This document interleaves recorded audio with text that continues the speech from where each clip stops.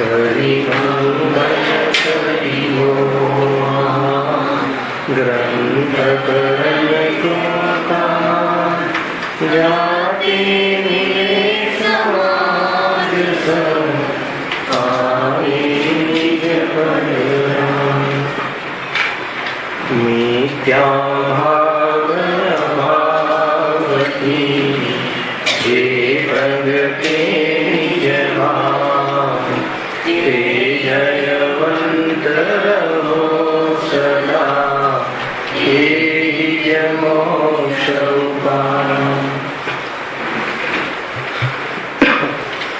श्री मोक्ष मार्ग प्रकाशक ग्रंथ से बीजा अधिकारना अंतर्गत संसार अवस्थाना निरूपणમાં જીવ કર્મ બંધનના રોગથી પીડાય છે. સંસારમાં કર્મના ઉદયમાં જોડાઈ અને જીવ દુઃખી થાય છે અને એ કર્મનો સંબંધ જીવને અનાદિથી છે. એટલે જીવ કર્મના બંધનથી અનાદિથી છે એની સિદ્ધિ પણ કંઈક તર્ક દ્વારા અને દલીલો દ્વારા, આગમ પ્રમાણથી, યુક્તિ દ્વારા, પ્રશ્નો દ્વારા પંડિતજીએ અહીંયા એ વાતને સિદ્ધ કરી. તત્પશ્ચાત એ જીવ અને કર્મ બંનેની ભિન્ન ભિન્ન સત્તા છે. બંધાયેલા હોવા છતાં લક્ષણ ભેદથી જોવામાં આવે તો પોતપોતાના સ્વચતુષ્ટયમાં છે. કોણ? જીવ અને કર્મ. ત્યાં લક્ષણ ઉભા કર્યા કે જીવ ચૈતન્ય લક્ષણથી અને અમૂર્તિક અસંખ્યાત પ્રદેશી હોવાના કારણે અને કર્મ જળ અને મૂર્તિક બંધરૂપ દ્રવ્ય પર્યાય હોવાથી બંને ભિન્ન છે. જીવને દ્રવ્ય કહ્યું. કેવું દ્રવ્ય કહ્યું? શું નિશાની બતાવી? ચૈતન્યની નિશાની બતાવી. ચૈતન્ય લક્ષણ બતાવ્યું. બીજું શું બતાવ્યું? અમૂર્તિક છે. અમૂર્તિક છે એટલે એમાં સ્પર્શ રસ ગંધ વર્ણ નથી. અને શું કહ્યું? દ્રવ્ય છે. દ્રવ્ય છે પણ કહ્યું. અને કર્મના બાબતમાં શું કહ્યું? જળ છે. જળ છે એટલે શું? કે એનામાં ચેતનતા નથી. એક એટલે એનું લક્ષણ ચેતન નથી. બીજું શું કહ્યું? એમાં મૂર્તિક છે. મૂર્તિક એટલે સ્પર્શ રસ ગંધ વર્ણથી યુક્ત છે. અને ત્રીજું શું કહ્યું? પૂદગલ દ્રવ્ય કહ્યું કે શું લખ્યું? લખ્યું છે દ્રવ્ય નથી. કેમ? કેમ કે પૂદગલ પરમાણુનો પુંજ છે. પૂદગલ પરમાણુનો સ્કંદ છે. કર્મની ચર્ચા છે. તો એવા જે કર્મ છે એક દ્રવ્ય નથી તો શું છે? દ્રવ્ય પર્યાય છે. અનેક દ્રવ્યોની મળેલી એક સિચ્યુએશન છે, અવસ્થા વિશેષ છે. તો એ રીતે કર્મ અને આત્માની બંનેની સત્તા ન્યારી ન્યારી છે. હવે સત્તા ન્યારી છે એ બતાવીને શું કહેવું છે? કે ન્યારી હોવા છતાં બંધાય છે. હજુ તો બંધન સિદ્ધ કર્યું છે. કારણ કે જો આગળ પ્રશ્ન કર્યો અમૂર્તિક આત્માથી મૂર્તિક કર્મનો બંધ કેવી રીતે થાય છે? ક્યાંથી આવી આ વાત? અમૂર્તિક આત્માથી મૂર્તિક કર્મ. આ અમૂર્તિક એટલે શું? જેનામાં સ્પર્શ ગુણ નથી. કેમ કે બંધનમાં કોણ નિમિત્ત બને છે? પૂદગલના બંધનમાં પણ સ્પર્શ ગુણની લુખાસ ચિકાસની જે પર્યાયો છે એની જે અવિભાગ પ્રતિછેદરૂપ જે શક્તિ છે ચિકાસની લુખાસની એને લઈને અને દ્વિ અધિકાર ગુણાના એવું સૂત્ર છે કે સમાન ગુણો હોય. ગુણ એટલે અવિભાગ પ્રતિછેદરૂપ પર્યાયમાં બે સમાન ગુણો હોય બંનેમાં, બે પરમાણુમાં તો બંધાતા નથી. અને કોઈનામાં જગન્ય રૂપ પરિણમન થયું હોય. કયા ગુણનું? સ્પર્શ ગુણની શક્તિનું જગન્ય પરિણમન થયું હોય તો એ પરિણામ એ પૂદગલ પરમાણુ બીજા પરમાણુ સાથે બંધાતું નથી. પેલા લઈ લીધેલું છે આપણે. પરંતુ બેના ડિફરન્ટમાં પરમાણુમાં ગુણ હોય. બે પરમાણુમાં કયા ગુણની વાત છે? અવિભાગ પ્રતિચ્છેદ. એક સમયની પર્યાયમાં ચિકાસ લુખાસ રૂપ પોટેન્શિયલ શક્તિમાં અવિભાગ પ્રતિચ્છેદ એ શક્તિનું માપ છે. એમાં 2 રૂપ અંતર હોય, 3 અને 5 હોય, બીજાનામાં 2 અને 4 હોય, તો એવા 2 અને 2 થી અધિક હોય તો ન બંધાય. તો એવા પરમાણુ બંધાવવા માટે કયો ગુણ કહ્યો અહીંયા? મારે એ બતાવવું છે કે એમાં સ્પષ્ટ ગુણની લુખાસ ચિકાસની પર્યાયના કારણે પરમાણુનો તો બંધ થાય છે. એટલે અહીંયા આત્મા તો અમૂર્તિક છે, આત્મામાં તો એવી કોઈ લુખાસ ચિકાસ છે નહીં, સ્પષ્ટ રસ ગંધ વર્ણ નથી, એટલે અમૂર્તિક શબ્દને મુખ્ય કરીને કહ્યું. આત્મા અમૂર્તિક છે. અમૂર્તિક નો શું થયું શુભમ? એનામાં સ્પષ્ટ રસ ગંધ વર્ણ નથી. એવો આત્મા મૂર્તિક કર્મનો બંધ કેવી રીતે થાય? એ મૂર્તિક કર્મથી કેવી રીતે બંધાય છે એની અહીંયા હવે રજૂઆત કરે છે પ્રશ્નના રૂપમાં. મૂર્તિકનું તું બંધાન થવું બને. અને એ હમણાં બતાવ્યું, મૂર્તિક એટલે પૂતગલનું તો બંધાન થવું બને.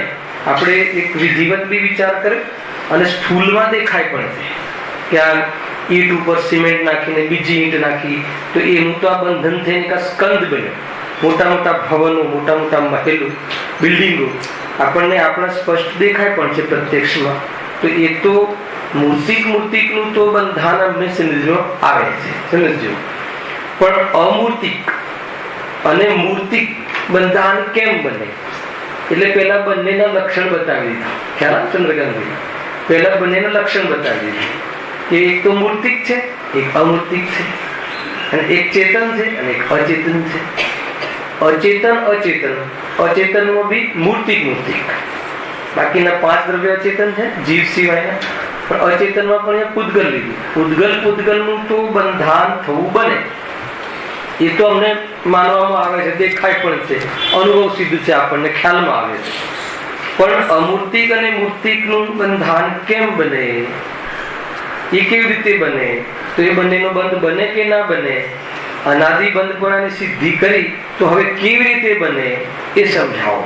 અહીંયા કહે છે, જેમ વ્યક્ત ઇન્દ્રિય ગમ્ય નથી એવા સૂક્ષ્મ પૂતગલો તથા વ્યક્ત ઇન્દ્રિય ગમ્ય એવા સ્થૂળ પૂતગલોનું બંધાન હોવું માનીએ છીએ, તેમ ઇન્દ્રિય ગમ્ય ન હોવા યોગ્ય એવો અમૂર્તિક આત્મા તથા ઇન્દ્રિય ગમ્ય હોવા યોગ્ય મૂર્તિક કર્મો એ બંનેનું પણ બંધાન છે. બહુ જ સિમ્પલ છે. આમાં શું કહે છે? જેમ વ્યક્ત ઇન્દ્રિય ગમ્ય નથી એવા સૂક્ષ્મ પૂતગલ ઇન્દ્રિય ગમ્ય નથી એવું કયો પૂતગલ લેવું? એમાં શું લેવું? પરમા લખ્યું સૂક્ષ્મ પૂતગલ. એ ભેદ પણ છે તત્વા સૂત્રમાં. સૂક્ષ્મ પછી સૂક્ષ્મ સ્થૂલ સૂક્ષ્મ, સ્થૂલ અને સ્થૂલ ભેદ પણ છે. ત્યાંથી વાંચી લેજો. એમાં અનેક પ્રકારે બતાવ્યા. પરમાણુને તો સૂક્ષ્મ કહે અને કર્મને સૂક્ષ્મ કહે માત્ર. પરમાણુ તો સૂક્ષ્મ. કયા જ્ઞાનનો વિષય છે પરમાણુ? સર્વાવધિ જ્ઞાન અને કેવલ જ્ઞાન. કયા જ્ઞાનનો વિષય નથી? બધી શુદ્ધ જ્ઞાન. એટલે આપણી પાસે ઇન્દ્રિય જનિત જ્ઞાન છે. ઇન્દ્રિયના આગમનથી જાણવું બને એવું જ્ઞાન છે આપણી પાસે. તો એ જ્ઞાનથી પરમાણુ જણાતું નથી. તો પરમાણુને આપણે કેવી રીતે જાણીએ છીએ? આગમથી જાણીએ છીએ. બીજું કઈ રીતે જાણીએ છીએ? અનુમાનથી જાણીએ છીએ. આગમથી કઈ રીતે? કે સર્વજ્ઞએ બતાવ્યું છે કે પૂતગલ પરમાણુ એક વસ્તુનો ભાગ કાઢતા જાઓ તો જે અંતિમ પર પોઈન્ટ બચે હે ને, એને શું કહે છે? પરમાણુ કહે છે. જેનો બીજો વિભાગ ના થઈ શકે એવો કણ, એવો અંશ પૂતગલનો, એને પરમાણુ કહે છે. અનેક રીતે એક પ્રદેશની જે જગ્યા રોકે, અનેક પ્રકારે આપણે એમાં વ્યાખ્યાઓ જોઈએ. તો એ આગમમાં વાંચીને પરમાણુનો આપણને બોધ છે. બીજું કઈ રીતે છે? અનુમાન દ્વારા. કે આ સ્કંદ બન્યો છે, સ્કંદમાં અનંત પરમાણુઓ છે, એટલે એક પરમાણુ હોઈ શકે. એમ અન્યથા અનુપત્તિ કહે ને, ઉત્પત્તિ અને અનુપત્તિ. તો અન્યથા અનુપત્તિ સિદ્ધાંતના આધાર પર અનુમાનથી આપણને ખ્યાલમાં આવે છે કે પરમાણુની સત્તા છે. અનુમાનથી. કેમ કે આપણે કહ્યું ને સ્કંદ છે, શાનો બનેલો છે? તો અનંત પરમાણુનો બનેલો છે. એટલે એક પરમાણુ આમાં જોઈન્ટ થઈ અને આ સ્કંદ બન્યો છે. એનો અર્થ એ આધાર ઉપર આપણે પરમાણુનો બોધ કર્યો. પરંતુ પરમાણુ આપણા મતિશુદ્ધ જ્ઞાનમાં પ્રત્યક્ષ જેમ આ જણાય છે એ સ્થૂલ પૂતગલો જણાય છે એ રીતે પરમાણુ આપણા જ્ઞાનનો વિષય નથી બનતો. એવી જાતની જ્ઞાનની આપણી વિશુદ્ધિ, સ્પષ્ટતા અને વિકાસ નથી ખ્યાલમાં. એટલે આપણે 5 ઇન્દ્રિય સંબંધી જે જ્ઞાન છે એમાં પણ સ્થૂલ પર્યાયો બને છે. બોધ એનું જ્ઞાન સ્થૂલ પૂતગલોનું બને છે. સૂક્ષ્મ પૂતગલ તો આપણે અનુમાનથી આપણે જાણી શકીએ એ રીતે. તો એવો પરમાણુ તથા વ્યક્ત ઇન્દ્રિય ગમ્ય એવા સ્થૂલ પૂતગલ. શું કહ્યું? વ્યક્ત ઇન્દ્રિય ગમ્ય, ઇન્દ્રિયના માધ્યમથી જણાય એવા સ્થૂલ પૂતગલ અને ઇન્દ્રિય ગમ્ય નથી એવા પરમાણુ. એનું બંધાન આપણે માનીએ છીએ કે નથી માનતા? કયા આધારે માન્યું? હે ને? અનુમાનથી માન્યું, આગમથી માન્યું, એ રીતે માનીએ છીએ. તેમ ઇન્દ્રિય ગમ્ય ન હોવા યોગ્ય એવો અમૂર્તિક આત્મા. ખ્યાલ આવે કે નહીં? બહુ વિસ્તાર બી કર્યો તો ગયા પ્રવચનો કે આત્મા કેવો છે? ઇન્દ્રિય ગમ્ય નથી. 5 ઇન્દ્રિયના માધ્યમથી આત્મા જણાતું નથી. 5 ઇન્દ્રિયના જ્ઞાનનો વિષય પૂતગલ છે, આત્મા નથી. પછી મનમાં આપણે લીધું હતું એમાં અમૂર્તિક આત્મા પણ છે અને મૂર્તિક પદાર્થો પણ છે. પછી આગળ બહુ વિસ્તાર ત્યાં કર્યો. અહીંયા શું કહેવું છે કે ઇન્દ્રિય ગમ્ય ન હોવા યોગ્ય એવો અમૂર્તિક આત્મા એટલે સૂક્ષ્મ થયો. શું વ્યાખ્યામાંથી? કે જે ઇન્દ્રિય ગમ્ય નથી એને સૂક્ષ્મ કહેવું. અને આત્મા તો અતિ સૂક્ષ્મ છે, કેમ કે અતિન્દ્રિય જ્ઞાનથી જાણવામાં આવે છે. તથાપી ગજબની વાત એ છે કે શુદ્ધ જ્ઞાન દ્વારા આત્મા સ્વાનુભવ ગમ્ય તો છે. સ્વાદ તો આત્માનો આવી શકે છે, પ્રદેશ પ્રત્યક્ષ નથી. એટલા માટે આપણે પહેલા એ વિષય લઈ લીધો કે બધા વારંવાર આ શબ્દો આવશે તમારે, હે ને? શુદ્ધ જ્ઞાનમાં આત્મા જણાય, શુદ્ધ જ્ઞાનમાં પરમાણુ ન જણાય. પણ શુદ્ધ જ્ઞાનમાં આત્મા કેવી રીતે જણાય છે? અનુભવ ગમ્ય છે. શુદ્ધ જ્ઞાનથી પણ પ્રદેશ ગમ્ય નથી. એટલે આત્મા કેવો છે? અતિ સૂક્ષ્મ. સૂક્ષ્મમાં સૂક્ષ્મ વસ્તુ શું છે? હે ને? આત્મા કેવલ જ્ઞાનની પર્યાયને આપણે સૂક્ષ્મ કહીએ છીએ. તેથી આગળ જઈને કહે છે સમયસારમાં કે કેવલ જ્ઞાનની પર્યાય તો સ્થૂલ છે, શુદ્ધાત્મા સૂક્ષ્મ છે, જેનો આપણે આશ્રય કરવાનો છે. આવે છે કેવલ જ્ઞાનની પર્યાય તો સ્થૂલ છે, વ્યક્ત થાય છે, પણ શુદ્ધાત્મા તો કેવલ જ્ઞાનની પર્યાયમાં પણ વ્યક્ત થતો નથી. લખીને 50મી ગાથા ભાઈ, આત્મા તો અવ્યક્ત છે, અવક્તવ્ય નહીં. એ પાછું જુદો ધર્મ એનો. કહી શકાતું નથી એ અવક્તવ્ય, અને પ્રગટ થતો નથી એ અવ્યક્ત. કોનો આત્મા પ્રગટ થતો નથી? કોનો આત્મા? કોઈ પણ નો આત્મા. કેવલ જ્ઞાનીનો પણ આત્મા, શુદ્ધાત્મા કેવલ જ્ઞાનની પર્યાયમાં પ્રગટ થતો નથી. એવો સૂક્ષ્મ અવ્યક્ત આત્મા છે શુદ્ધાત્મા. ખ્યાલ આવે કે નહીં? પ્રગટ થતો નથી તો પછી કેવલ જ્ઞાન? બહુ બધા પ્રશ્નો થઈ શકે છે. કેવલ જ્ઞાનમાં શુદ્ધાત્માનું સાવટ પ્રગટ થાય. કેવલ જ્ઞાનની પર્યાય જેટલો આત્મા નથી. અનંતી કેવલ જ્ઞાનની પર્યાય જેમાં સમાયેલી છે એવો આત્મા છે. એક સમયની પર્યાય જેટલો આત્મા નથી.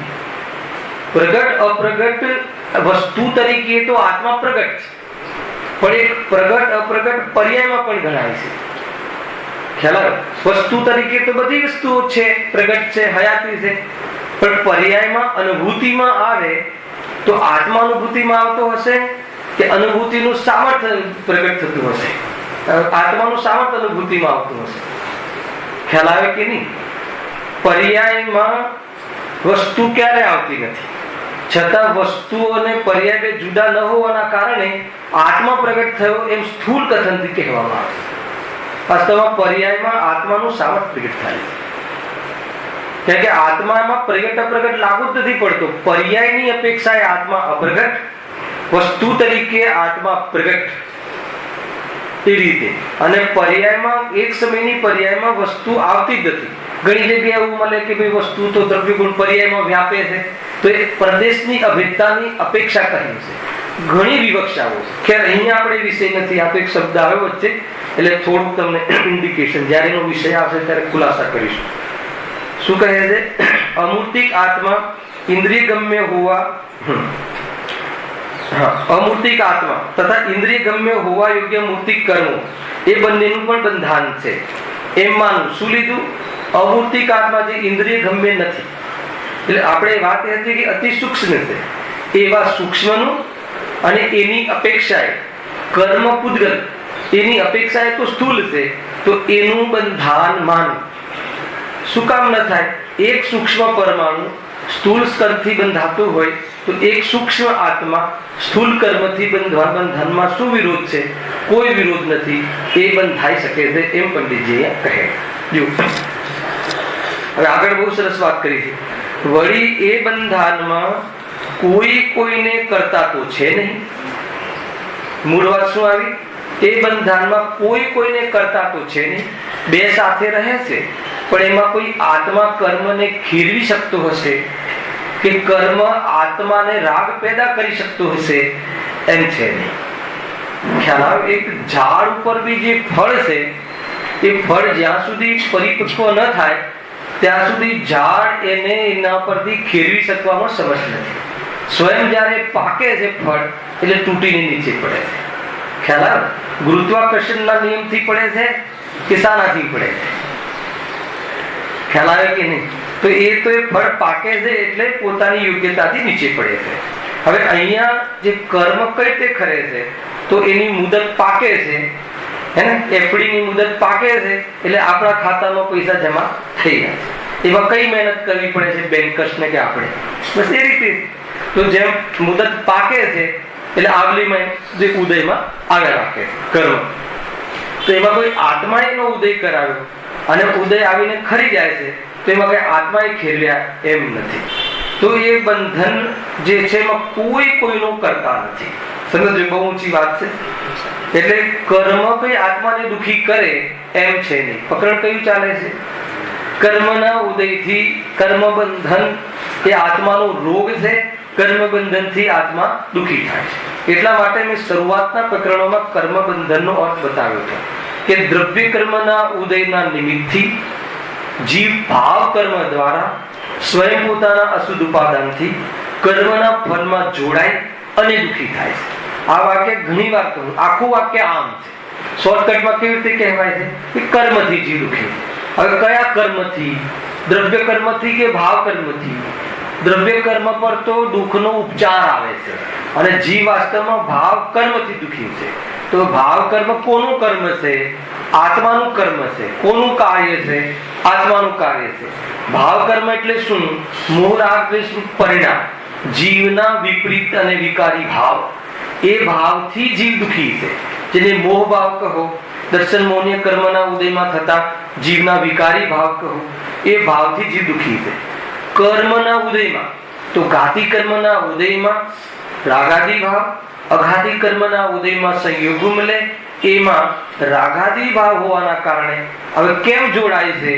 કેમ જોડાય છે? તો કે સ્વભાવની ખબર ન હોવાના કારણે. આ બધું એકવાર કહી ચૂક્યો છું કે આ મૂળ વાત છે. શું કામ જોડાય છે? કોઈના કહેવાથી જોડાય છે? કોઈએ મજબૂર કર્યો એટલે જોડાય છે કે કેમ જોડાય છે? શું કામ દુઃખી થાય છે? આપણને દુઃખથી દુઃખી થવા માટે કોઈ આપણને મજબૂર કરે છે એટલે તમે દુઃખી થાવ? ખ્યાલ કે નહીં? કે નહીં, આપણે અજ્ઞાનતાના કારણે, આપણને માર્ગનો બોધ ન હોવાના કારણે. હવે માર્ગનો બોધ કેમ નથી? તો કે મોહમાં સુસુપ્ત હોવાના કારણે. ત્યાં ને ત્યાં જ ફરશે. મોહના કારણે સ્વભાવ ગમતો નથી, સ્વભાવમાં જમતો નથી, સ્વભાવમાં રહેવું પોસાતું નથી જીવને, એટલે ક્યાં જાય છે? ક્યાંય જતો એટલે ક્ષેત્રથી ક્ષેત્રાંતર નહીં. ઉપયોગ ક્યાં રમે છે? રાગાદીમાં રમે છે, રાગની સંગતિ કરે છે, અર્થાત તો પરનું લક્ષ કરીને આકર્ષણ ભાવ પેદા કરે છે અને એમાં રમ્યા કરે છે. તો આખિરકાર આ બધામાં રોલ કોનો આવ્યો? દ્રવ્ય કર્મનો નિમિત્ત તરીકે, ભાવ કર્મનો શુદ્ધ ઉપાદાન તરીકે. અને બીમારી કઈ કીધી? સ્વભાવને ન જોવાના કારણે. અપરાધ કયો કર્યો? સ્વભાવ તરફની અરુચિ. બસ આ બે ચાર જે લક્ષણ છે ને એ બરાબર યાદ રાખજો, એને ખ્યાલ આવે એવો છે. તો એ વારંવાર આપણે શોર્ટકટમાં કહીએ ને કર્મથી દુઃખી છે, તો એ તો નિમિત્ત કથન છે. અહીંયા શું કહ્યું કે એ કર્મનું બંધન, એમાં વિધિ બી બતાવી, સંતતિ બી. રાગ ઉત્પન્ન કરે છે, જોડાય છે, પાછો નવા કર્મનું બંધ કરે છે. સ્થિતિ પાકીને ઉદયમાં આવે છે, ફરી રાગ થાય છે અને નવો રાગ વધારતો જાય છે. એ રીતેનું ચક્કર ચાલ્યા કરે છે. આ રીતે પહેલા બધી ચર્ચા થઈ ચૂકી છે. હવે શું કહે છે? પણ એ બંધનમાં કોઈ કોઈનો કરતા તો છે નહીં, એકબીજાને કરતા તો છે નહીં, બંધન છે, સાથે રહે છે, એક ક્ષેત્ર કા સંબંધ છે, સંશ્લેષ સંબંધ છે, નિકટ રહે છે, એક પ્રદેશમાં રહે છે છતાં સત્તા ન્યારી છે, સત્તા ન્યારી છે છતાં એક પ્રદેશમાં બંધન રૂપે રહે છે. અહીંયા એ બાજુથી વાત છે, બે બાજુથી વાત. આત્મદૃષ્ટિ કરજો, કોઈ બી ક્યાંયથી બી વાત ઉઠાવે, આ મંત્ર લખી રાખજો ભાઈ શૈલેષભાઈ, જે બી વાત ઉઠાવે ક્યાંથી બી પર્યાયની ઓરથી વાત ઉઠાવે કે સ્વભાવની ઓરથી વાત ઉઠાવે, શું કરવું છે? આચાર્યને દ્રવ્યની દૃષ્ટિ કરાવી છે. દ્રવ્યની દૃષ્ટિ કરાવી છે એટલે મોહની દૃષ્ટિ છોડાવી છે, વિકલ્પ તોડાવવા. ખ્યાલમાં આવ્યો કે નહીં? કોઈ બી વાત કહે, રાગ આત્માનો કહે તો પણ દૃષ્ટિ કરાવી છે કે ભાઈ રાગ દ્રવ્યની દૃષ્ટિ કરે. રાગ આત્માનો વિભાવ છે, સ્વભાવ નથી. એ રીતે રાગના કાળમાં જ્ઞાન આત્માનો સ્વભાવ છે તો સામર્થ્ય બતાવે છે. વસ્તુ તો એમને વિકલ્પથી, રાગના વિકલ્પથી તોડાવવા. આ મૂળ અભિયાન છે આપણા બધાનો. અભિધેય ઉદ્દેશ શું છે? રાગનો અભાવ કરો. રાગ એટલે વિકલ્પ.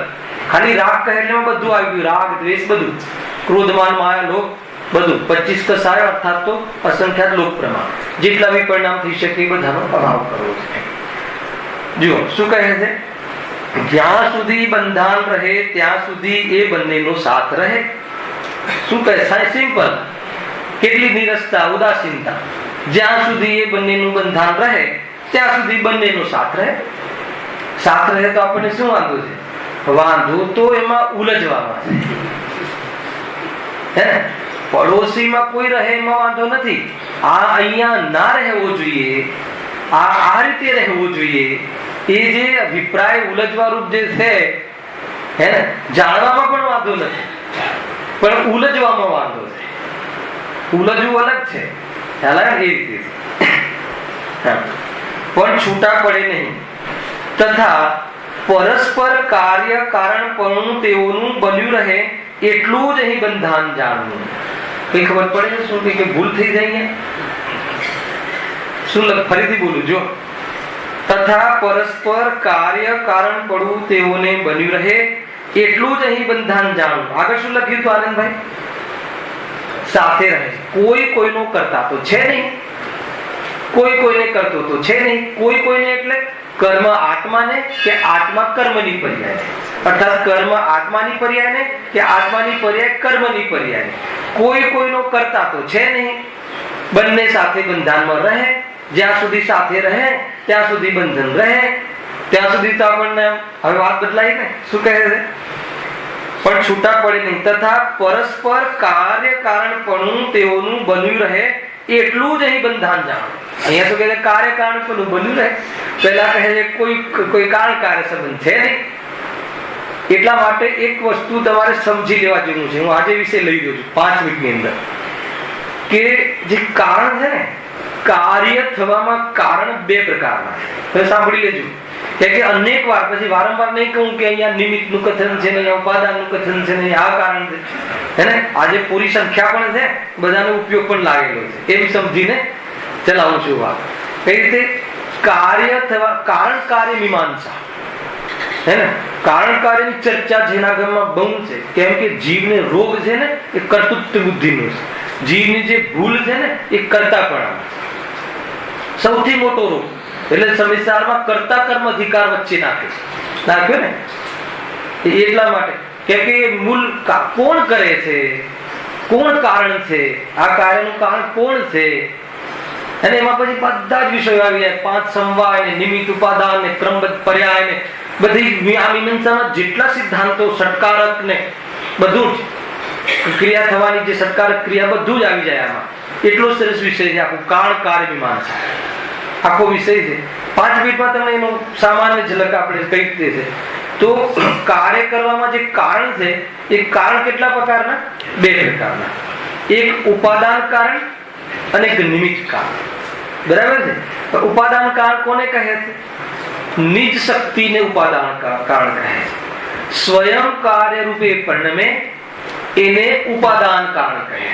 બરાબર? સ્વયં. અને જે સ્વયં કાર્ય રૂપે તો ન પરિણમે પણ કાર્ય થવાનો આરોપ આવે છે એના પર, એને નિમિત્ત કારણ કહે. આટલું તો આપણે ભણ્યા છે.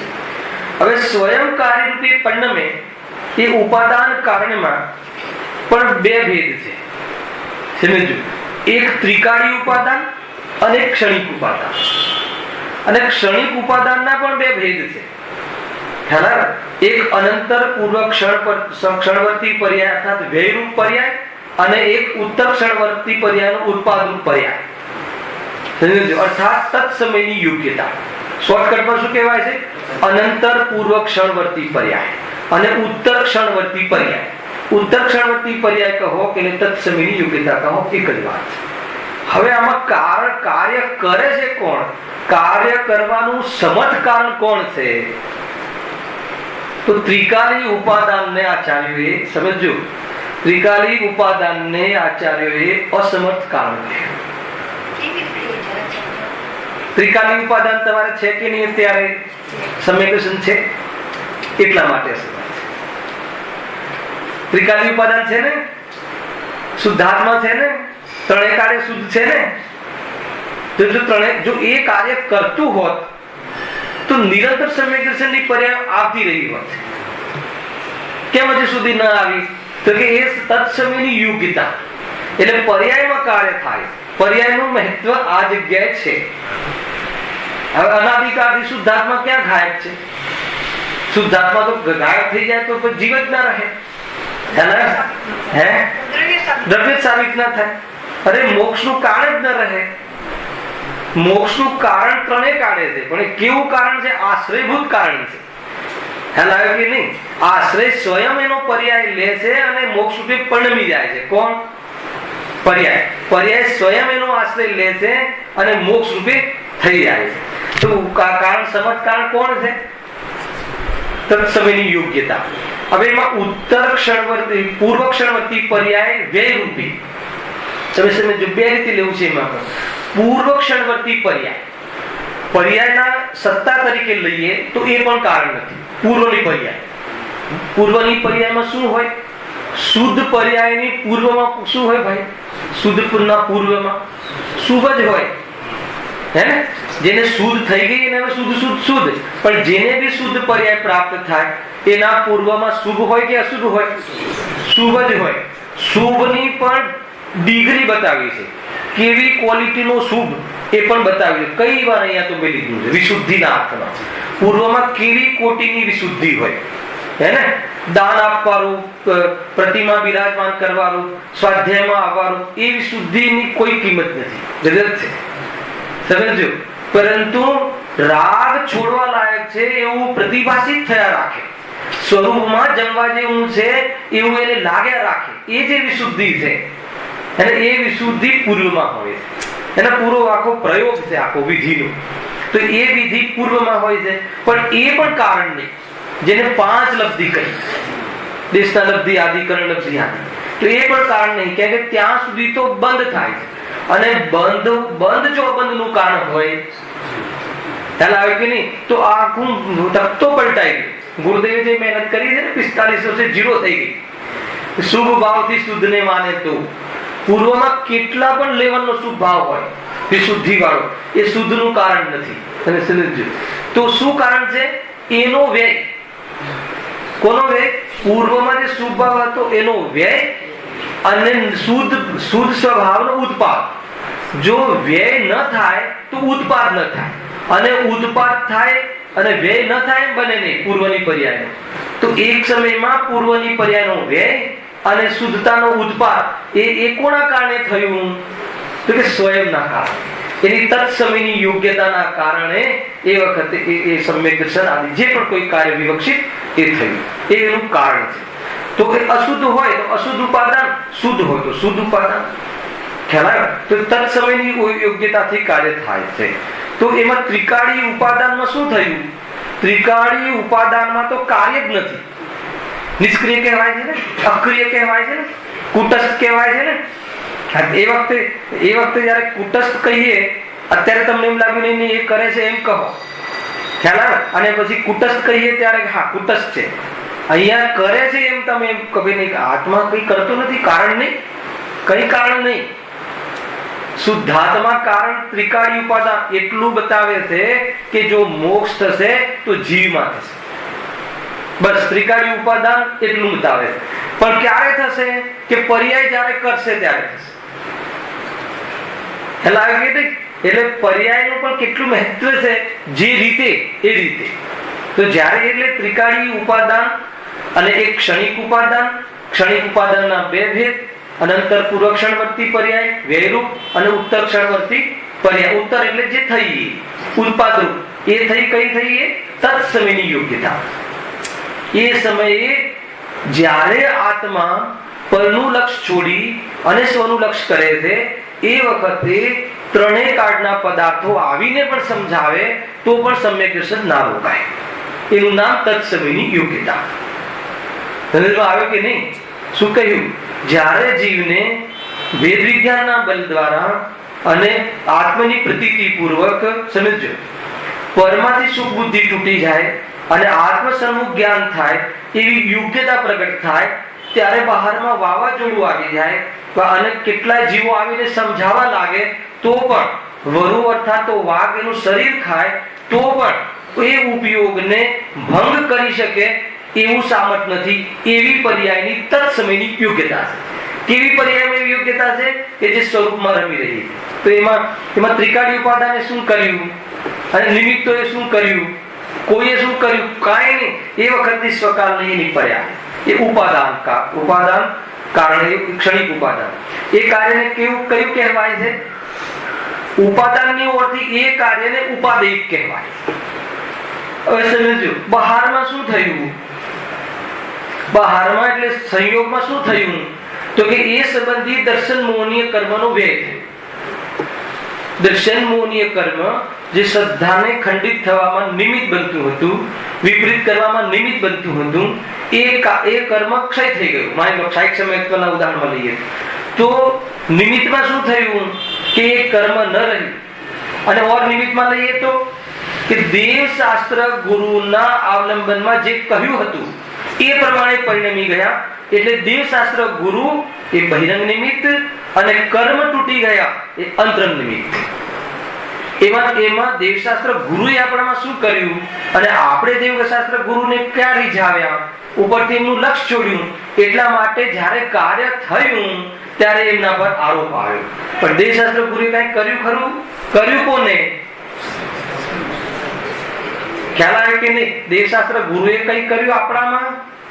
સમ્યક દર્શન અર્થાત તો પેલા દર્શન મોહને કર્મે કર્યું કે શુદ્ધાત્માએ કર્યું? આ ત્રણેય નથી કર્યું. ખ્યાલ આવે કે નહીં? તત્સમયની યોગ્યતાનો વિશ્વાસ આવી જાય તો વિકલ્પ તૂટી જાય. હવે નિમિત્તમાં પણ ભેદ છે. કયા ભેદ છે ખ્યાલ છે? એક ઉદાસીન નિમિત્ત, એક પ્રેરક નિમિત્ત, હે ને? એક અંતરંગ નિમિત્ત, એક બહિરંગ નિમિત્ત. એ તો આપણે જોઈ લીધું. ઉદાસીન નિમિત્ત કોને કહે છે? કે જે ઈચ્છાવાન અને ક્રિયાવાન ના હોય એવા દ્રવ્યોને ઉદાસીન નિમિત્ત કહે છે. ઈચ્છાવાન અને ક્રિયાવાન ના હોય એવા કયા દ્રવ્યો છે? ધર્મ, અધર્મ, આકાશ અને કાળ. એનામાં કઈ શક્તિઓ નથી? બે. ઈચ્છા શક્તિ નથી, હે ને? અને બીજું શું નથી? ક્રિયાવર્તી શક્તિ નથી. છતાં એ પરિણમીમાં કાલ દ્રવ્ય, ગતિપૂર્વક ચાલવામાં ધર્મ દ્રવ્ય અને સ્થિતિમાં અધર્મ દ્રવ્ય, અવગાહનમાં આકાશ દ્રવ્ય નિમિત્ત છે ને? સદા નિમિત્ત રહે છે. જે સ્થિતિ થાય એને અધર્મ દ્રવ્ય નિમિત્ત. તો એને ઉદાસીન નિમિત્ત કહે. અને પ્રેરક નિમિત્તમાં શું આવ્યું? ઈચ્છાવાન અથવા ક્રિયાવાન. ખ્યાલ? તો પૂદગલ કર્મ એ ક્રિયાવર્તી શક્તિ છે. બહારના પદાર્થો ક્રિયાવર્તી શક્તિ. ગુરુદેવ અર્થાત તો ગુરુ, શિક્ષક કોઈ પણ લઈ લો, બહારમાં ભણતરમાં પણ તો શું આવ્યું? એમાં એની ઈચ્છા અને ક્રિયાવર્તી શક્તિ. તો એ પ્રેરક નિમિત્ત છે. પણ પ્રેરક નિમિત્ત ઉદાસીનવત અકિંચિત કરે છે. એટલું ધ્યાન રાખવું. કોઈ પ્રેરક નિમિત્ત કોઈ પ્રેરણાથી એ થઈ જતું હશે એમ નથી. પ્રેરણા ક્યાંથી આપે છે ગુરુદેવ આપણને? કેમ કાર્ય ન થયું? કદાચ એમને પ્રેરણામાં ખામી હશે. એવું તો કહેવાય જ નહીં. ખ્યાલ આવે કે નહીં? તો આપણા પુણ્યમાં ખામી હશે. હે? તો પછી પોતાનું તો પોતાનામાં કમી આવી ને, તો પોતાને જ કાર્ય ન કરવાનું ઉપાદાન થયું ને. હા, પુણ્ય પણ કાંઈ ના કરે ને ગુરુદેવની પ્રેરણા નહીં, બોલો ને, કરે કે ના કરે, એમની પ્રેરણા પણ કાંઈ ના કરે. પણ જયારે થાય ત્યારે પ્રેરણા પર આરોપ આવે. આરોપ કોના પર આવે? કે જેને એવી ઈચ્છા કરી હોય, અર્થાત તો જેના હૃદયમાં કે જેના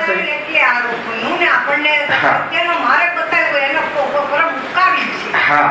પણ જયારે અધ્યાત્મ સમજવું હોય ને ત્યારે અનંત સર્વજ્ઞ ભગવાન મળીને પણ મારું સમ્યક દર્શન નથી કરાવી શકતા. તમે વિચાર કરો, ખ્યાલ આવે એમાં ગુરુદેવ આવે કે ના આવ્યા? અનંત સર્વજ્ઞ મળીને પણ મારું સમ્યક દર્શન કરાવી શકતા નથી. એવું કોને શીખવાડ્યું? એમને જ શીખવાડ્યું. એટલે ઉપકારી. અને પછી આપણે એમનો ઉપકારનો બદલો નહીં. ખરું તો એટલું તો ખરું ને, એટલું તો ખરું ને. તો શું થઈ ગયું? એમનો ઉપકાર કહેવાય કે અનુપકાર કહેવાય? ચંદ્રકાંતને સમજો શું કેવું છે મારે. થોડું બી રાખવું હશે ને. આજે આવ્યું હતું તમારે કે પેલી ગાથામાં હે ને, જ્યાં સુધી પુણ્ય ભાવ હોય, પુણ્ય ભાવ અભિસારિકા કહ્યું અને એક પોતાના પતિને છોડી અને પ્રેમીના ઈશારાથી મળવા જતી સ્ત્રીની માફક, જેમ છે શુભ ભાવને કેવું નામ આપ્યું? અભિસા, મિલન. સ્ત્રીને મિલન કરે જેમ એ વ્યક્તિ પોતાની પત્ની સાથે બેમાની કરી બીજી સ્ત્રીના ઈશારાને એ રીતે સમજી અને એના મિલન માટે જાય શુભ ભાવ. શુભને કહ્યું, હવે કહ્યું હવે શુભનું નામ દો તો, નામ દો તો પછી તમે ના ના એવું ના હોય, એવું ના નામ દે નહીં. આ સ્વાધ્યાય સાંભળવા આવીએ છીએ, પૂજા કરવા જઈએ છીએ, એ બધા આવે કે ના આવે? અરે પોતાના આત્માનો વિચાર કરી આવે કે ના આવે? કોની સામે? શુદ્ધની સામે, હે ને? અશુભ ભાવની સામેની વાત નથી. એટલે કેમ એમ કહ્યું? કેમ કે એ ભાવ, એટલો ભાવ રહે ત્યાં સુધી મોક્ષ થતો નથી. મૂળ વાત એ આવી એમાં. હા, હવે એમાં બે રીતે અટકવાના સ્થળ છે ભાઈ. એક તો એ સંબંધી ખોટો અભિપ્રાય, માન્યતામાં કે નહીં આટલું તો હોવું જોઈએ, તો એને તો ધર્માર્ગની શરૂઆત થતી નથી. અને એ દ્રષ્ટિ તૂટી જવા છતાં ઉપયોગમાં રહે જ્યાં સુધી, ત્યાં સુધી મુનિરાજ પણ શ્રેણી ચડી શકતા નથી. ખ્યાલ આવ્યો ને? સ્વરૂપ આ રીતે છે ભાઈ. અનંત સર્વજ્ઞ લઈ લો, હે ને? એમાં ગુરુદેવ ઓટોમેટિક આવી ગયા. કોઈ પ્રેરણા એમની પ્રેરણાથી થતું નથી. એમને પ્રેરણામાં કચાશ છે એમ વાત નથી. એવું કહી શકીએ કે ભાઈ જો આત્મદર્શનનો પુરુષાર્થ નહીં કરો તો ગુરુ લજવાશે, એમની પ્રેરણામાં દોષ છે એમ કહેવાશે. આ તો પછી તર્ક નહીં આવે તો આજથી સમ્યક દર્શનનો પુરુષાર્થ કરી. એટલે એ જેને ચઢાવો હોય ને ઉપર, ત્યારે આ રીતે કથન કરવામાં આવે છે. કાંઈક દિવ્ય ધ્વનિ અગર જો બધાને સમ્યક દર્શન પામાડી દેતી હોત તો સમોસણમાંથી કોરા પાછા આવત આપણે લોકો. અને અહીંયા જેટલા પણ જ્ઞાની આવીને થયા એ બધા તો સમોસણમાંથી જ આવ્યા હતા. અને ભગવાન મહાવીર, હે ને, બધા જ્ઞાનીઓના કુટુંબમાં રહીને પણ આત્મદર્શન ન કરી અને જંગલમાં સિંહની પર્યાય કરી. ખ્યાલ આવે કે નહીં? કેટલા ઉદાહરણ છે. દાદા તીર્થંકર જુઓ તો ખરા, કેવી જાતિનું આખું ફેમિલી ધાર્મિક. અને ત્યાં ધર્મ આરાધનાનો વિચાર નહીં, ધર્મ વિરાધનાનો વિચાર આવે. વિચાર તો કરો, ઓછી પ્રેરણા આપી હશે હરિનાથ ભગવાને. તો શું કેવું છે? નિમિત્ત અકિંચિત કર છે. મારે તો એ બતાવવું છે. આમાં કોઈને નીચા ઊંચા, જો એને ઊંચા બતાડવા નિમિત્તને કિંચિત કર બતાવી દઈએ એ તો આખું જીનાગમનો દોષ, આખું જીનાગમ ખોટું પાડી દીધું એટલો દોષ લાગે. રાગમાં જીવ બહુ મોટી ભૂલ કરી નાખે છે. તમે યાદ રાખજો, અતિ રાગમાં જીવને દોષ નથી જણાતો. ખ્યાલ આવ્યો ને?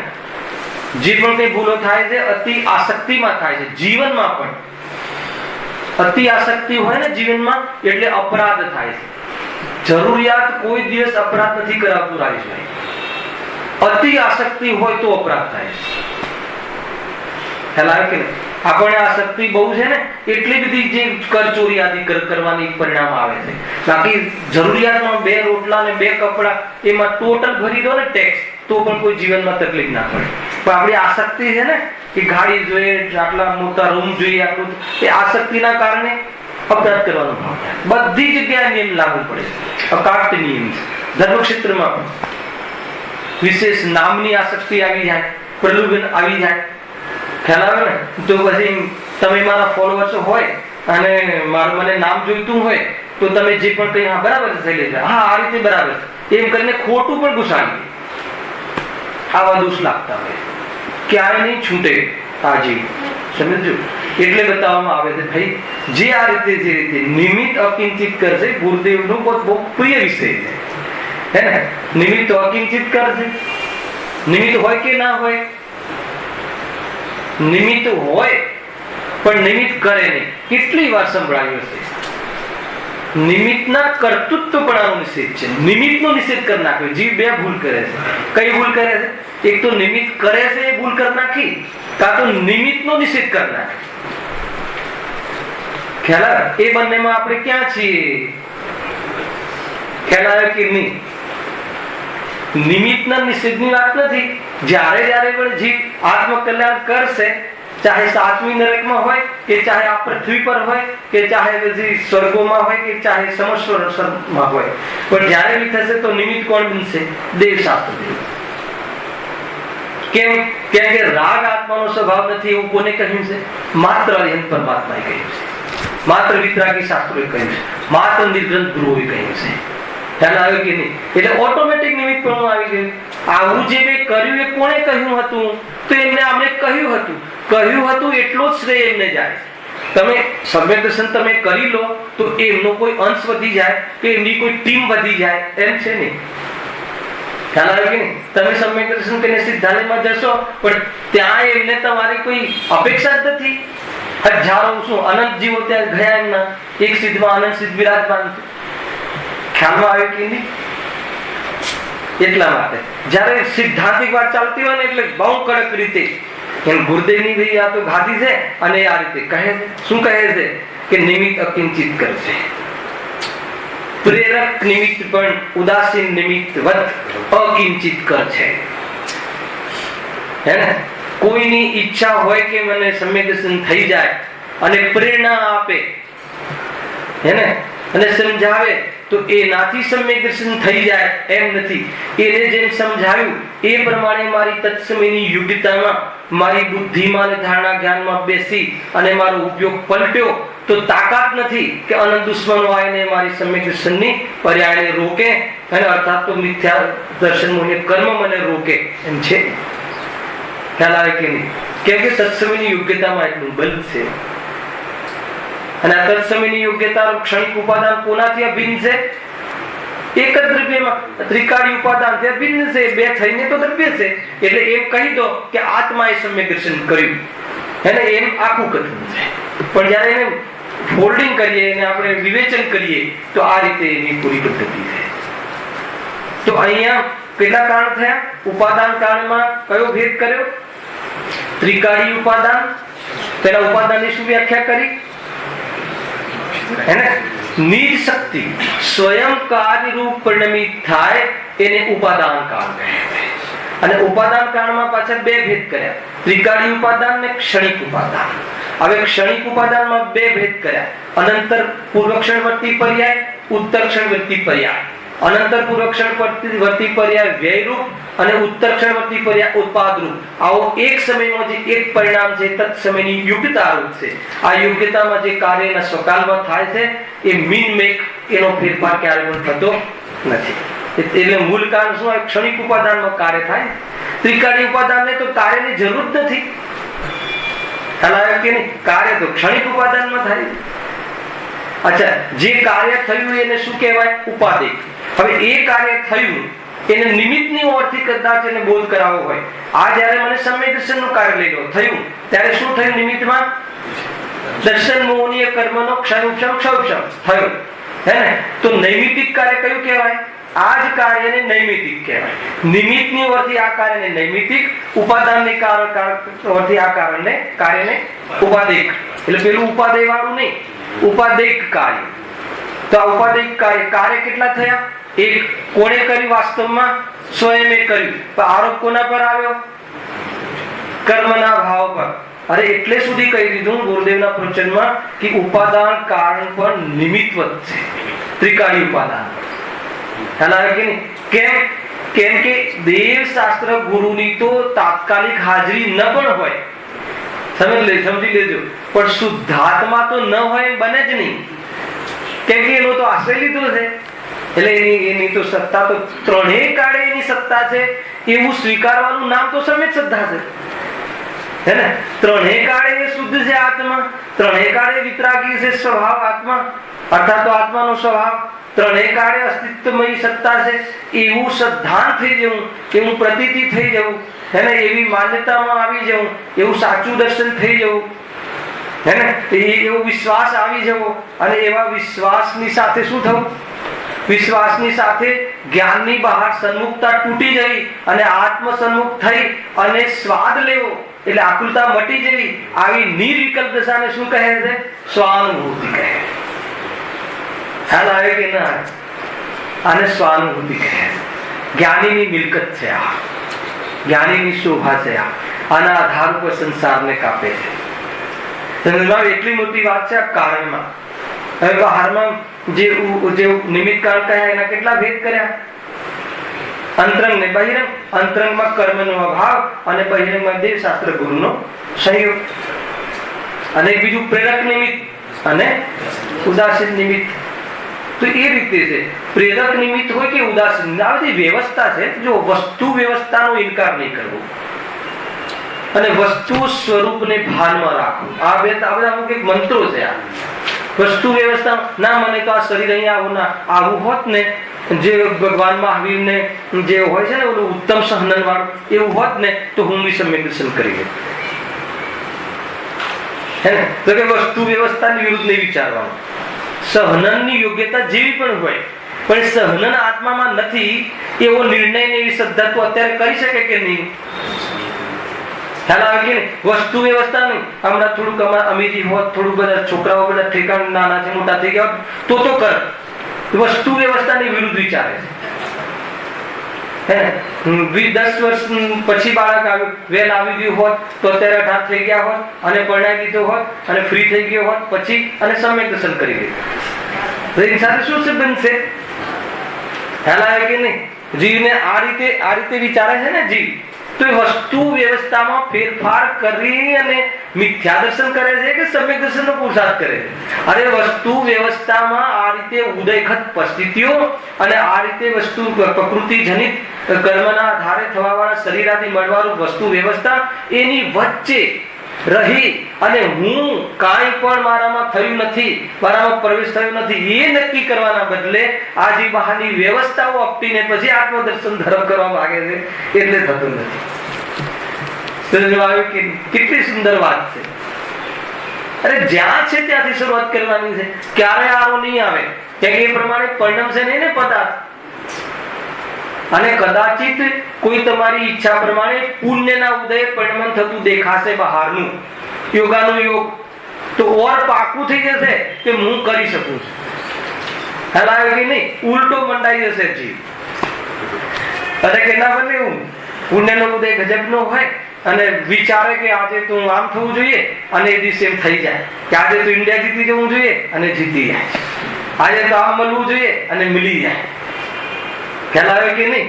પુણ્યનો ઉદય અને આની ઈચ્છા એના અનુકૂળ સંયોગો મળી જવા, યોગાનું યોગ છે આ બધું. અર્થાત તો વસ્તુ વ્યવસ્થા બે રીતે કહેવાય. તો પછી શું? તો સમ્યક દર્શન થઈ જશે. અરે એ વિશ્વના જેટલા પદાર્થો છે ને એને પોતાની રીતે પરિણમવામાં નીકળી પડશે અને એ વખતે બી એ પદાર્થ પોતાની ઈચ્છાને આધીન નતો પરિણમ્યો એવું એને સમ્યક જ્ઞાન ન કર્યું એટલે દુઃખી થશે. છે કે નહીં? બધું આ મોક્ષમાં પ્રકાશકમાં ભરી પડ્યું. જીવે આવી બધી ભૂલો કરી છે. એટલે સાચું કારણ જાણવું બહુ જરૂરી છે ભાઈ. એટલે અહીંયા કયા કારણની વાત છે આ તો આખો અલગ વિષય છે, છતાં આપણે અહીંયા એટલા માટે લીધો કે અહીંયા પ્રસંગ અનુસાર, અને આપણે તો પ્રયોજનીય છે. કેમ કે વારંવાર હવે એક જ લીટીમાં આપણે એકલા વાંચતા હોઈએ અને પ્રવચનો ગુરુદેવાદીના ન હોય તો કે આપણે કન્ફ્યુઝ હોત કે આ ઘડીમાં એમ કહે છે કોઈ કોઈનો કરતા નથી, અને બીજી લીટીમાં એમ કહે છે કે કારણ કાર્યરૂપ રીતે બંધાન જાણવું. તો હવે આપણે શું અર્થ કાઢે ખ્યાલ આવે કે નહીં? એટલા માટે જો વળી એ બંધાનમાં કોઈ કોઈને કરતા તો છે નહીં. જ્યાં સુધી બંધાન રહે ત્યાં સુધી એ બંનેનો સાથ રહે. સાથે જે બંધાન નથી એમાં શું નક્કી કરાવવું છે? એમાં એક ક્ષેત્રગા સંબંધ નક્કી કરવો છે કે સાથે રહે, પછી પણ છૂટા પડે નહીં, તથા પરસ્પર કાર્ય કારણપણું તેઓનું બન્યું રહે. એટલે અહીંયા કયું કારણ કાર્યપણું? હવે બતાવો કયું કારણ કાર્યપણું? નિમિત્ત. હવે ક્યારે બી એમ બોલી જાઉં અહીંયાથી હું કે હે ભગવાન મહાવીર તમે મને આ માર્ગ બતાવ્યો, એમ નહીં. હે ભગવાન મહાવીર તમે મને આ માર્ગ આપ્યો, તમે મને મારો આત્મા આપ્યો. તો હવે કયું કથન? આ નિમિત્ત કથન છે. પછી તમે એમ કહો કઈ રીતે આપી શકે? એમ નહીં કહેતા રાકેશભાઈ, અરે ન આપી શકે પણ આવું કથનનો અર્થ શું કાઢવો કે અહીંયા નિમિત્ત કથન છે. પ્રભુ તમે મને મારો આત્મા બતાવ્યો અને મેં પ્રાપ્ત કર્યો એટલે તમારા પર આપ્યો એવો આરોપ આવ્યો. પૂરું કથન આ રીતે છે. ખ્યાલ આવ્યો કે નહીં? તો એ રીતે સમજવું. હવે અહીંયા શું સમજવાનું? નિમિત્ત કારણ. કયું કાર્ય અને કયું કારણ? કર્મ કારણ અને આત્મામાં થતા રાગાદી ભાવ અને સંયોગમાં થતી અવસ્થા વિશેષ કાર્ય. કયું કાર્ય લેવું છે? કર્મ ઉપાધિ જનિત કાર્યો કયા કયા? ઉપાધિ જનિત કાર્ય વિતરાગતા ના હોય. હાલ તો કયું કાર્ય? કે રાગ દ્વેષ આદિ ભાવ થવા અને શરીર આદિમાં સંયોગમાં વિશેષ પરિવર્તન જોવા મળ્યું. આ બધામાં કારણ કોણ? તો કે કર્મ. સમજો આમ જ કીધું, અમે નિમિત્ત ન બોલ્યો તો તમારે શું લગાવી દેવાનું કે નિમિત્ત કારણ. એ કારણ ને આ બાજુ આવા કાર્ય, પછી એમાં બધું લગાવી દેવાનું કે કાર્ય થવાનું કારણ કોણ? ખરેખર તો એ પાછું એ ભાનમાં રહેવું જોઈએ અને આ જ્ઞાનમાં રહેવું જોઈએ. શું કીધું? ખ્યાલ આવે કે નહીં?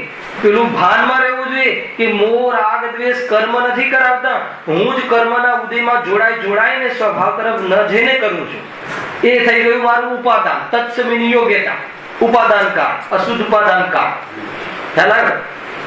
અને એ વખતે કોણ નિમિત્તમાં હતું? તે કર્મ ઉદયમાં નિમિત્ત હતું. ના આવી પત્ની ઉદયમાં હતી, સંયોગમાં ઝઘડાખોર માની લો. ઠીક છે, તો કેમ હતી? આગળ વિચાર કરો. આપણે એનો વિચાર કરીએ. કેમ તમને આવી મળી? કેમ તમને તમારા અનુકૂળ ન મળી? એમાં એનો શું દોષ? કેમ કે મારે અસતાવૈજ્ઞ કર્મનો ઉદય છે, અર્થાત તો મારો એવો ઉદય છે, મારો એવો ઉદય છે કે હું આના સંયોગમાં આવ્યો. કેમ આવ્યો? કે મેં પહેલા એવી ભાવના ભાવી. શું વાત કરો? હા, એવી બી કોઈ ભાવના ભાવે ને? એ તો ભૂલી ગયા છીએ આપણે કે આવી બધી ભાવનાઓ ભાવી. ભાવના એટલે આવા પરિણામ કર્યા, એટલે એની સાથે કરજો ચૂકવવા માટે આવવું પડે. હમણાં તો ભૂલ લીધું ને મિલાનમાં. કેમ આવ્યા છીએ ભરતભાઈ આપણે અહીંયા?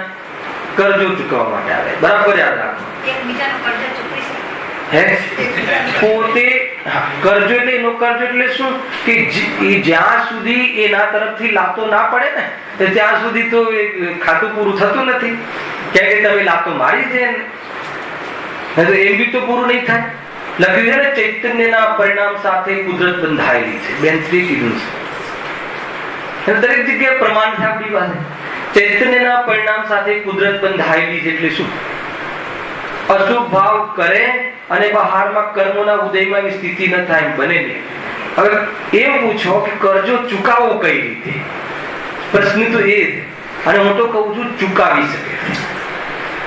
ન ચૂકાવી શકે તો કોઈ જીવ અહીંયાથી બહાર જઈ શકે નહીં. એવું એક બી કર્મ નથી કે ફળ આપ્યા વગર ચાલી જાય. હવે ચૂકાવું કઈ રીતે? તો જ્યારે કર્મ ઉદયમાં આવે ત્યારે નવો પાક ન આવે એવી રીતે આત્મ સાધના કરી એ કર્મનો કોટા ખતમ કરવો, એનું નામ કર્મ ચૂકાવવું. ખ્યાલ આવે કે ના આવે? હે, હા, સંવરપૂર્વક જ થયું ને. આત્માના સમિતિ અને ચુકાવ. પૂર્વમાં ભૂલ કરી હતી એવી નવી ન કરવી. ફરીથી કોઈ એવી જાતિનો સંયોગ મળી ગયો તો ફરીથી દ્વેષ કરીને નવો સંબંધ એની જોડે નહીં કરો. અરે મારા પૂર્વ કર્મના ઉદયના કારણે આવ્યું છે, છતાં મારા આત્મામાં તો કઈ બગાડ કરી શકતો નથી એમ કરી બહારમાં કરુણા ભાવ અને અંતરંગમાં પોતાના આત્મા પર કરુણા ભાવ કરી અને સ્વરૂપમાં રમી જવું. તો સ્વરૂપમાં રમી જઈએ તો એની જોડે નવો ખાતું ન ખુલે. એનું નામ એનો કરજો ચૂકવ્યું. કેમ ના ચૂકવી શકાય? એ તો સાચું ચૂકવવું છે. કર્મની નિદ્રા થઈ ગઈ તો એ રીતે છે ભાઈ. પણ અહીંયા નહીં, અમે તો અહીંયા ઓર સંબંધો વધારવા આવ્યા છીએ, નવા ખાતા ખોલાવવા આવ્યા છીએ. હે, પંચમ ગતિને પામવું છે ને ભાઈ, વીર ગતિ સિદ્ધ ગતિને પામવું છે કે જે અચલ છે, અનુપમ છે. એટલા માટે જો અહીંયા કયું કારણ લેવું છે? પરસ્પર કાર્ય કારણપણું તેઓનું બન્યું રહે એટલું જ અહીં બંધાન જાણવું. કેટલું બંધાન જાણવું?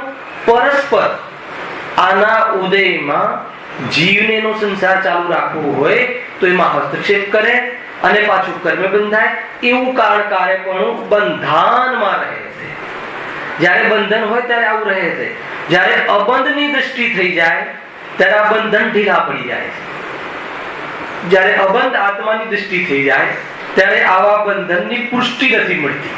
એના ફલમાં સ્વરૂપ, એના ફલમાં જીવ વિશેષ જોડાતો નથી અભિપ્રાયથી. એટલે એના ફલ કેવા થઈ જાય છે? નિષ્ફળ કેવી રીતે થાય છે? એના ફળને ભોગવતો નથી. ફળ તો આવે, ભોગવવું ન ભોગવવું આપણા હાથમાં. મૂળ વાત આ છે. હવે ન ભોગવવું એનો અર્થ શું? ઉદયમાં આવે એટલે ભોગવી લીધું ને, પણ એ ભોગવી લીધું નથી એ કે છતાં નવું ન થાય એવી રીતે ભોગવી લીધું. એનું નામ કારણ કાર્યપણું છે. બીજી રીતે કયું કારણ કાર્યપણું છે? કે જ્યારે આત્મા સંપૂર્ણ બંધન રહિત થશે ત્યારે કહેવાશે કે સંપૂર્ણ નો કર્મનું બંધન ને દ્રવ્ય કર્મનું બંધન તૂટી જશે. તમે જો એક એક શબ્દ પ્રમાણથી કહું છે, ભાવ કર્મનું બંધન છૂટી ગયા પછી બી જીવને મુક્ત નથી કહેવાતું. પણ જયારે આ દ્રવ્ય કર્મ બાકીના આઘાતી કર્મ રહ્યા અને એના નિમિત્તના ફળવાળા નો કર્મ એ હસ્તક્ષેપ કરવાનું બંધ થઈ ગયું એટલે આનો નવો બંધ ન થતા જૂના નિષેકો આવીને ખરી ગયા તો બંધન છૂટી ગયું કર્મોથી. એટલા માટે આ બંધન સ્થાપન કરીએ છીએ. બંધનની સ્થાપના પણ એટલે કરીએ છીએ કે બંધનને બતાવવું નથી આપણે, બંધાવા માટે નહીં, બંધનને છોડવા માટે. કેવી રીતે છૂટે આપણે એ પણ જોડે જોડે બતાવીએ છીએ. જો અંતિમ રીતે હવે મૂર્તિક અમૂર્તિક એ પ્રમાણે બંધન થવામાં કોઈ વિરોધ નથી, વિરોધ થઈ શકતો પણ નથી. મૂર્તિક આત્મા અને મૂર્તિક કર્મ અને અમૂર્તિક આત્માના બંધનમાં વિરોધ થઈ શકતો નથી. વિરોધ કરવામાં આવે તો સંસાર અવસ્થા સિદ્ધ થતી નથી. ખ્યાલ આવે કે નહીં? આ બધી સ્થિતિઓ દેખાય છે એ બહુ પહેલા લીધું હતું ને. આ કર્મના ઉદયમાં અલગ અલગ અવસ્થાઓ દેખાય છે. તો અગર એ સિદ્ધ નહીં થાય, તમે જો એને બંધન અનાદિથી નહીં માનો તો આ નવી નવી સિચ્યુએશનો બધી થતી જાય છે. એ બધી સ્થિતિઓનું શું? એ સંસારની સિદ્ધિ જ નહીં થાય. પણ સંસારની સિદ્ધિ નહીં થાય તો શું વાંધો છે તમને? કે સંસારના અભાવ પૂર્વક મોક્ષ થાય છે એટલે પહેલા સંસારની સિદ્ધિ કરી. પણ સંસારની સિદ્ધિ જ ન કરે તો મોક્ષની વાત જ રહેતી નથી. તો સંસાર જ ન માને તો મોક્ષ જવું છે ને મોક્ષ માટે આ તત્વ સાંભળવું છે અને એ વાત ક્યાં રહી? બંધન છે એટલે એટલા માટે તો છે સંસાર પૂર્વક મોક્ષ. આમ સીધું કથન મળે છે. એક વાર મેં વિચાર કર્યો કે સંસાર પૂર્વક મોક્ષ, એનો અંદર ખુલાસો મળ્યો કે સંસારના અભાવ પૂર્વક મોક્ષ થાય. એટલે પેલા આચાર્ય દેવની એક એવી પણ સ્ટાઇલ છે કે પેલા સંસારની સ્થાપના કરે કે જો આ સંસારમાં કર્મના કારણે અનાદિથી બંધ થયેલો છે, એની અવસ્થાઓ બધી ગમે એમ થાય છે, એક સરખી રહેતી નથી, અદલાયા બદલાયા કરે છે અને તારે એક સરખી પરિણતિ પ્રાપ્ત થઈને તું સુખી થઈશ. કઈ છે એક સરખી? સિદ્ધ અવસ્થા. એક એવી ને એવી ખ્યાલમાં આવે તો એ પરિણતિને પ્રાપ્ત થઈશ ત્યારે આનંદ આવશે. જો એ પ્રમાણે જેમ એક જીવને અનાદિ કર્મ સંબંધ કહ્યો, તે જ પ્રમાણે જુદા જુદા અનંત જીવોને પણ સમજવો. બધા જીવોની વાત આવી. એક જીવને અનાદિથી કર્મ સંબંધ કહ્યો, સમજો. એક સાધારણ વનસ્પતિ નિગોદના જીવ, એને ઔદારિક શરીર કેટલા? એક. ઔદારિક બહારનો આ છે ઔદારિક શરીર. એ ઔદારિક શરીર એક, અને એમાં જીવ કેટલા? અનંતાનંત અર્થાત અનંત. ઠીક છે, એક શરીર અનંત જીવોનું એક ઔદારિક શરીર. પણ એ જીવોનું કાળમણ શરીર, તેજસ શરીર, કાળમણ શરીર સ્વતંત્ર.